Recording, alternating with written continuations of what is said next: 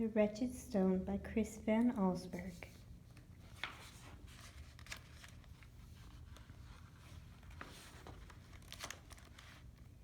May 8th.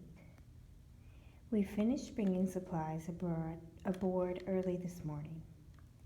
At midday, we left on the tide and found a fresh breeze just outside the harbor. It is a good omen that our voyage has begun with fair winds and a clear sky. May 9th. The first mate, Mr. Howard, has brought together a fine crew. These men are not only good sailors, they are accomplished in other ways.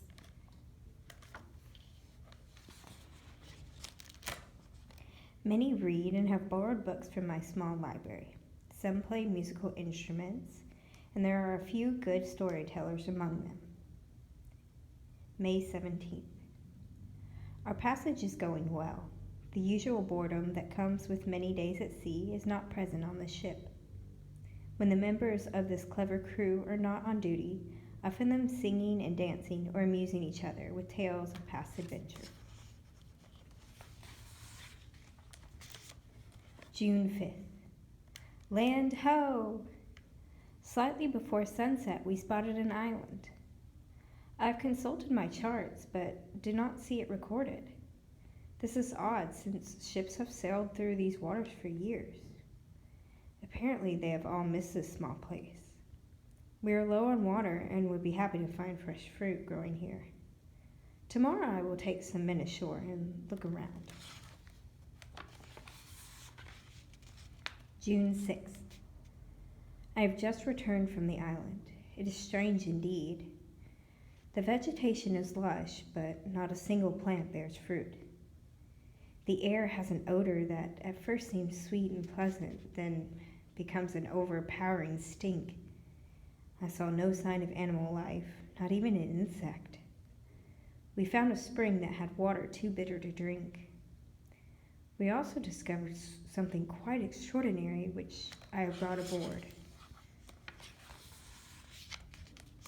It is a rock approximately 2 feet across.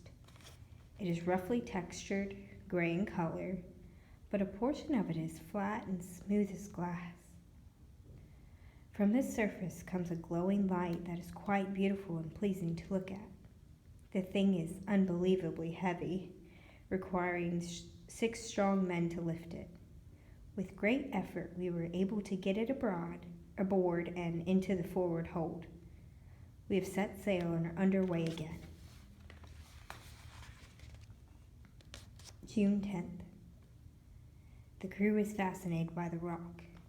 When not needed on the deck, they are down below, gazing in silence at the peculiar light it gives off.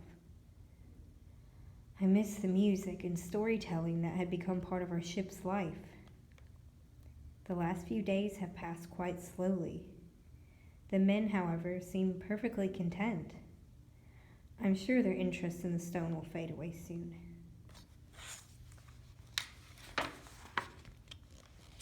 June 13th. Something is wrong with the crew.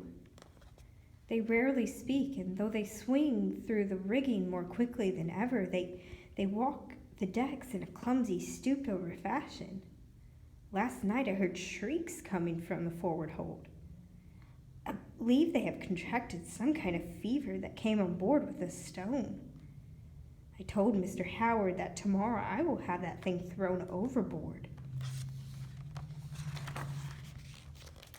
June 14th.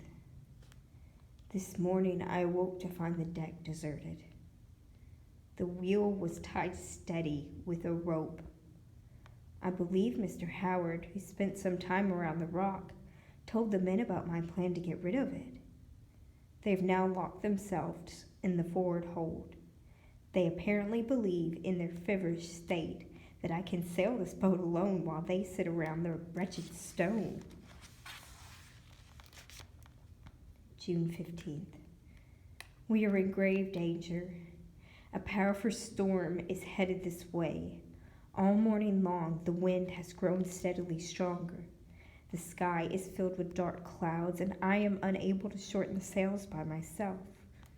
With this much canvas, up, we will surely be blown and sink when the full force of the storm arrives. I'm going forward again to try to get this crew to work. All our lives depend on it.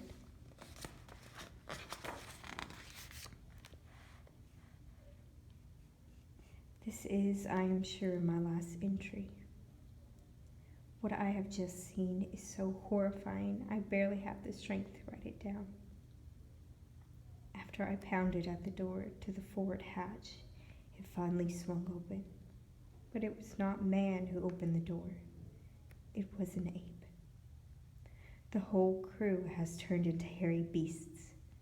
They just sat there, grinning at that terrible rock. They don't understand a word I say. We are doomed. June 16th. The storm has passed. The Rita Ann is still afloat, but both masts and rudder are lost. The stone has gone dark. We were struck by lightning twice during the storm. I believe that was the cause. Unfortunately, the crew is still unchanged. They're still beasts, but seem sad and lost without the glowing rock. I have moved them back to their quarters. We have food for 2 weeks. I am hopeful of a rescue.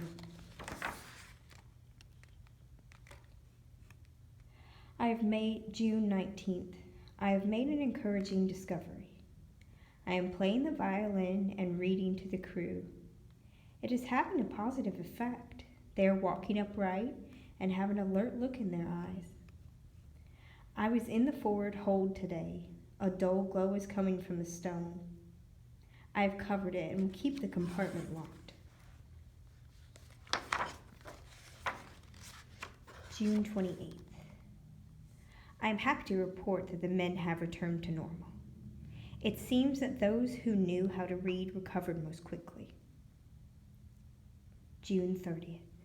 We are saved! A ship has been spotted off the starboard side. I've decided to scuttle the Rita Ann. There is only one place for the wretched stone. Before we abandon ship, I will set fire that will send this vessel and her cargo to the bottom of the sea. July 12th. Our rescuers have left us in the harbor town of Santa Pango. One by one, the crew should be able to sign on to ships passing through and work their way home. We have made an agreement not to talk about the strange events that took place aboard the Rita Ann. The men appear to have recovered completely, though some show an unnatural appetite for the fruit that is available here.